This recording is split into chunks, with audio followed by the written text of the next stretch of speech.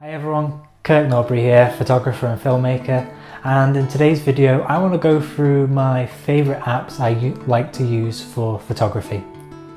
So I've got my iPhone 6 here. I haven't got any of the new ones, don't see a point in upgrading. It does the job for me, as long as it works. I have 6 apps that I generally use for photography to make my life a lot easier. I've got the screen recording on, so you'll be able to see what I'm looking at and I can show you a bit better rather than getting a crappy view of the screen on the camera because it never looks professional. So these are my apps that I use. So the first app I'm going to go through is the Lightroom Cc App, and I use this a lot for collections in my Lightroom catalogue by creating collections that are synced to Lightroom Cc. So in here I have all my collections which are all synced, which is a great way for showing clients my images, and I can get easy access to them and export them for publishing on Facebook or any other social media. It's also a great place to edit the images as well. So if I click on this England folder, click on this image here, and you can see on the top right that it's syncing due to the cloud, and I can actually edit it in here. So if I want it super dark, or make it a bit brighter, I can do that in here, and that file will sync across back to the actual Lightroom catalogue. So the next app I want to talk about is Visco, which is this one just here. It's a great app for editing your iPhone pictures. I use this a lot for this. I'll import images from my camera roll and then I can edit them just in here using the presets already made, and then I can adjust them to whatever I want to do. So you've got your presets already in here, which are really handy, and you've also got the settings of whether you can change the white balance, contrast, clarity, everything like that. It's a really nice app. I really like using it, and I've been using it for quite a few years now, and it just gives that really nice vintage film look to your images. And it just, you know, the iPhone camera doesn't look particularly great, so these filters just help make them appear a bit nicer. The next app I'd like to talk about is the Lee Stopper app. Now that's used for ND filters for long exposures, which is this one here. Opening the app, the first thing you come across is these 2 dials next to each other, and what they do is you have your first exposure with no filter, and then what you do is take that number and it will figure out for you exactly what the exposure will be with that particular filter. So let's say, for example, with no filter, my base exposure is 1/80th of a second. I'll get this and move it to 1/80th, and now it's equated on a 10-stop filter. It will take 13 seconds for the exposure to be the same. Now, if you're using an intervalometer, you can time it. If it's below 30, you can just put in the number.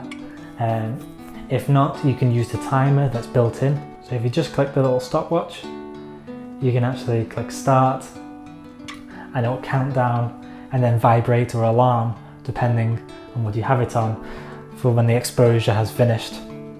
So I'll just cancel that out. Just go back. And the great thing about this is it sticks to the 3 main filters Lee sells within this range. So you've got the 6, the 10 stop, and the 15 stop. Perfect, easy app to use for figuring out these. I've used lots of different apps for figuring out the exposure times, especially when you go past 30 seconds into the bulb mode. That's when it becomes more of an issue. So having an app like this that's smartly designed is great for my work in the field.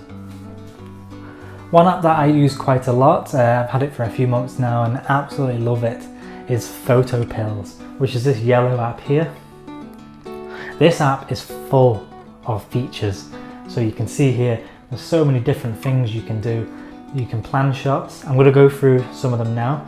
So you can use the planner, which is great for figuring out where the sun will rise and set. So I've set it to pretty much near where I live. And the yellow line is where the sun rises and the orange line is where the sun sets.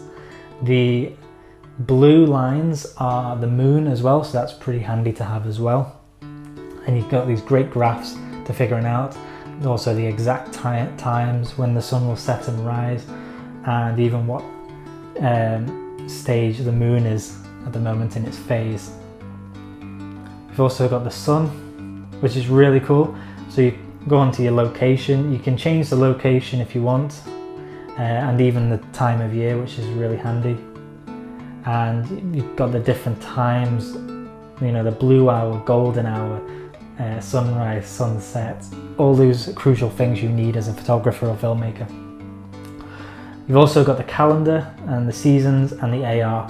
Now AR is really handy, and what that does is an augmented reality showing you where the sun is actually going to be. So I point it at my camera and you can see the line going across, and if I just move it across, and there's the sun. So we can see where the sun is right now, and then also where the sun will set further down here. So that's pretty cool.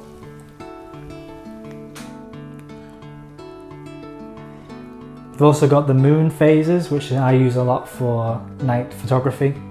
Does the exact same thing. You've got the AR mode, also the stage. I use the calendar more for this.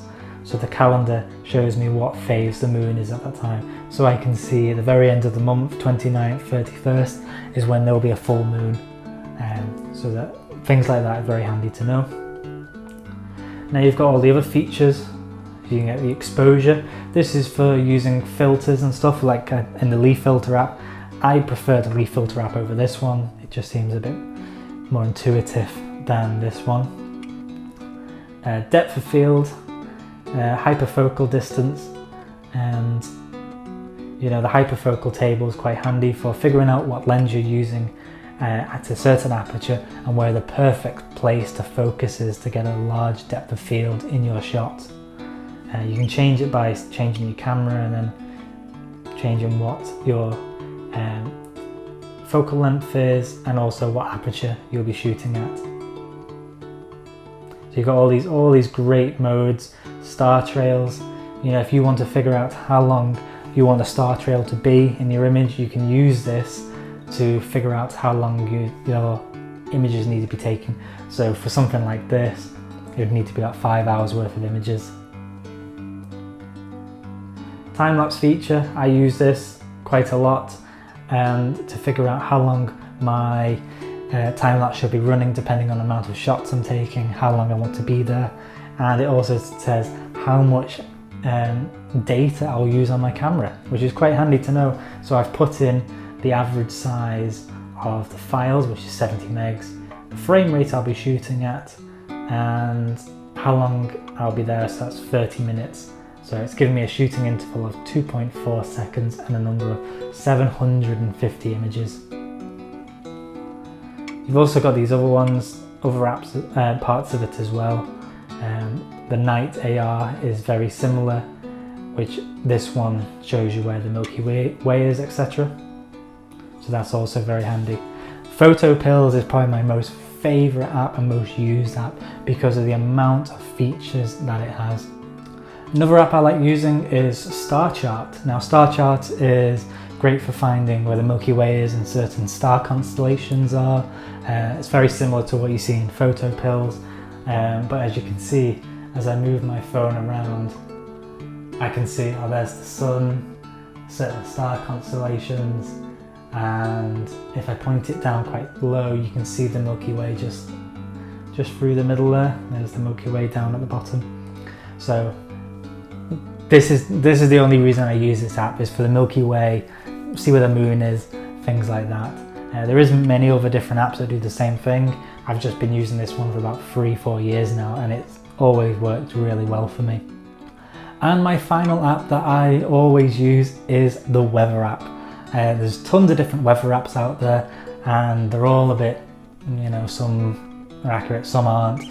But the one I found the most working the best is the Met Office.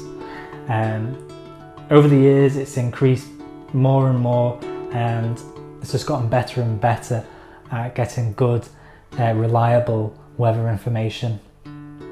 So this is it here. I'm in Ayrshire at the moment, so I've got a couple saved locations, and You know, we've got a beautiful day, it's lovely and sunny. Once I'm finished here, I'm going out because I don't want to be stuck indoors. And the information provided is pretty good. You know, it's great for finding out if it's going to be a clear night. You know, I can just scroll through and I can see, well, 10 o'clock onwards it's going to be pretty clear. Doesn't mean there'll be stars showing, because if I scroll down, the sun only sets at 20 to 10, so you're going to kind of measure that in. So, but looking at that, it's going to be clear all night. So I could go out at midnight and go and get some shots tonight of the Milky Way, things like that, and knowing that from just using this app.